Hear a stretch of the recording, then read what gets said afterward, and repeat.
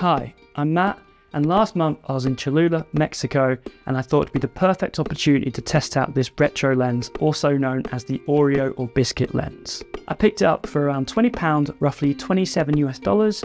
It's literally the lens element ripped straight out of a cheap disposable camera, housed in a plastic pancake body. It's a fixed 22mm lens with a tiny aperture of f10. No focusing, no controls, just pure retro simplicity. But the best part, this version already has the E-mount built right on, so it goes straight onto my A7CII with no problem. I've got some thoughts on it, but first, let's look at the footage.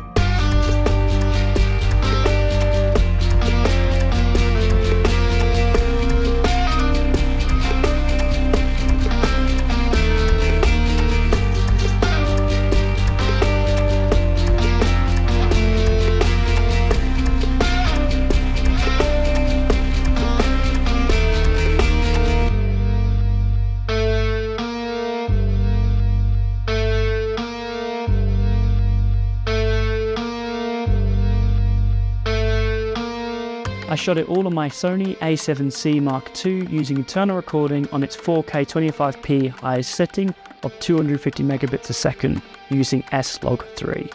I edited and graded the footage in Adobe Premiere. I cropped the footage to an aspect ratio of 2:39:1, giving it that dynamic widescreen feel, and of course added some subtle film grain for that final analog touch. So what's the verdict? This lens delivers on the nostalgia. It generally feels like those old school trip photos. For photos, it's an easy win. For video, while the softness and the vignette add a cool vibe, it's definitely a look you have to commit to. If you want that retro aesthetic without the hassle of a real film camera, this $27 lens is surprisingly good and even looked quite cinematic at times. Aside from the soft image and the vignetting, one other downside is the focusing. If your subject or object you're trying to film is too close, it will be blurred. But you can use this to your advantage and make it act almost like a shallow depth of field on the foreground.